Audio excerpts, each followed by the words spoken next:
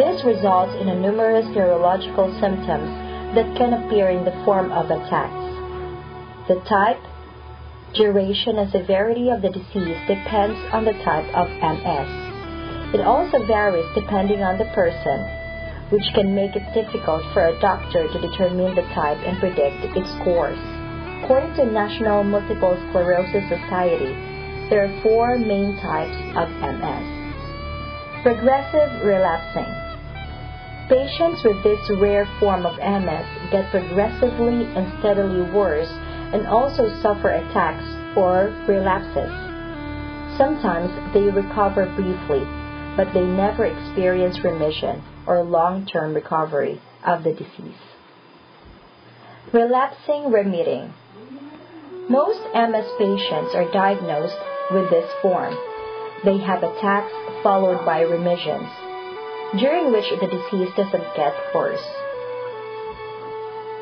Primary progressive. A small percentage of MS patients experience a slow progression of the disease without attacks or remissions. They may temporarily improve, or the disease may stay the same for short periods of time. Secondary progressive. Some patients begin with a diagnosis of progressive relapsing MS, but develop secondary progressive MS. This means that a disease progresses more quickly and they may or may not experience attacks, periods of recovery, or periods of remission. Multiple sclerosis is one of a class of diseases known as autoimmune diseases. This means that the immune system, which normally defends us against foreign bodies such as viruses and bacteria, attacks the body instead.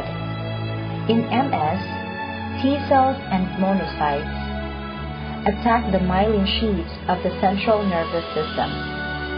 This is why one of the tests for MS is a spinal tap to check if the cerebrospinal fluid contains an abnormally high number of antibodies and certain protein byproducts, which indicate a breakdown of myelin composed of protein and lipids.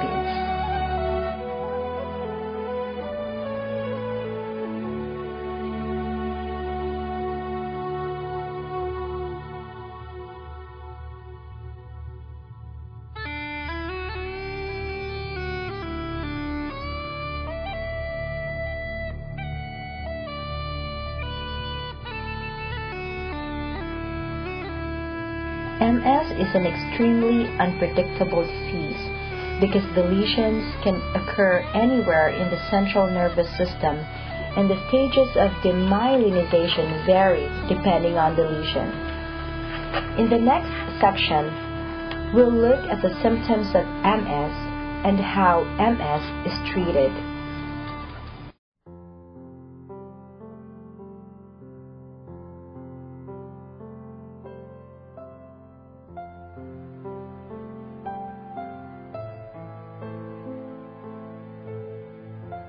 Most MS patients experience some degree of fatigue.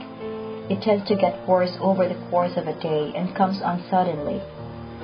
Patients are often prescribed medications such as amantadine, as well as relaxation therapy, stress therapy, and physical therapy to learn energy-saving techniques for tasks like walking.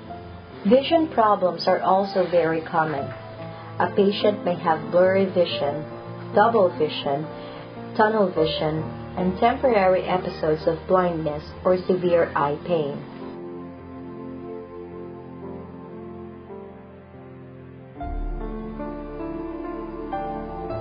This can be the result of optic neuritis, or lesions on the optic nerves.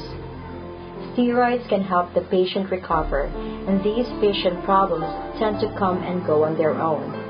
MS patients don't usually go completely blind.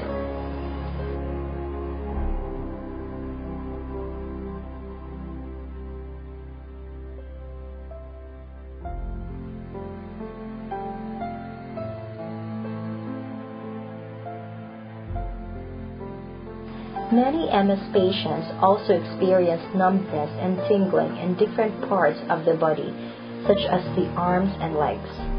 If patients have facial numbness, they are advised to be very careful when eating because they can accidentally bite their cheeks or tongue. Doctors sometimes prescribe steroids for numbness as well, but it's another symptom that comes and goes. Some people with MS also experience dizziness and feel off balance. To help with these symptoms, patients can take drugs for motion sickness, like Dramamine, or anti-nausea drugs, like Zofran.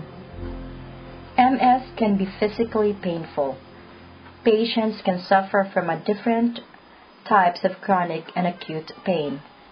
One chronic type of pain is dysesthesia, which can be burning, itching, tingling, and aching pain that some describe as feeling like an electrical shock or acid on the skin. It can be treated with antidepressants, which change the central nervous system's reaction to pain. Dysesthesia can also be treated with anticonvulsant medication or non-medicinal therapies like wearing a body stocking, which can make the pain feel more like pressure. Some patients experience acute pain such as stabbing facial pain, known as trigeminal neuralgia, which can also be treated with anticonvulsants. Patients who have MS might also have difficulty walking, which can be caused by other common symptoms such as fatigue, numbness, and vertigo. Walking problems can also result from weak muscles or spasticity, which occurs when the muscles stiffen and contract involuntarily. Some patients who have problems walking use canes or walkers, or must progress to scooters or wheelchairs as the disease worsens. Physical therapy can also help to stretch spastic muscles and teach ways of walking that compensate for the weakness. Since MS originates in the central nervous system, it can also affect brain functions such as memory, organization, problem solving, and speech. Many patients become clinically depressed either as a reaction to the disease or from demyelinization. Depression can also be a side effect of some of the drugs prescribed to treat other symptoms. In addition to treating the symptoms of MS, doctors also prescribe drugs to help slow the progress of relapsing forms of the disease and decrease its activity. These are known as disease-modifying agents. The FDA has currently approved 5 different drugs for this purpose: Avonex, Betaseron, Calpaxone, Novantro, Rebif, and Tysabri. Here are also other drugs prescribed for multiple sclerosis.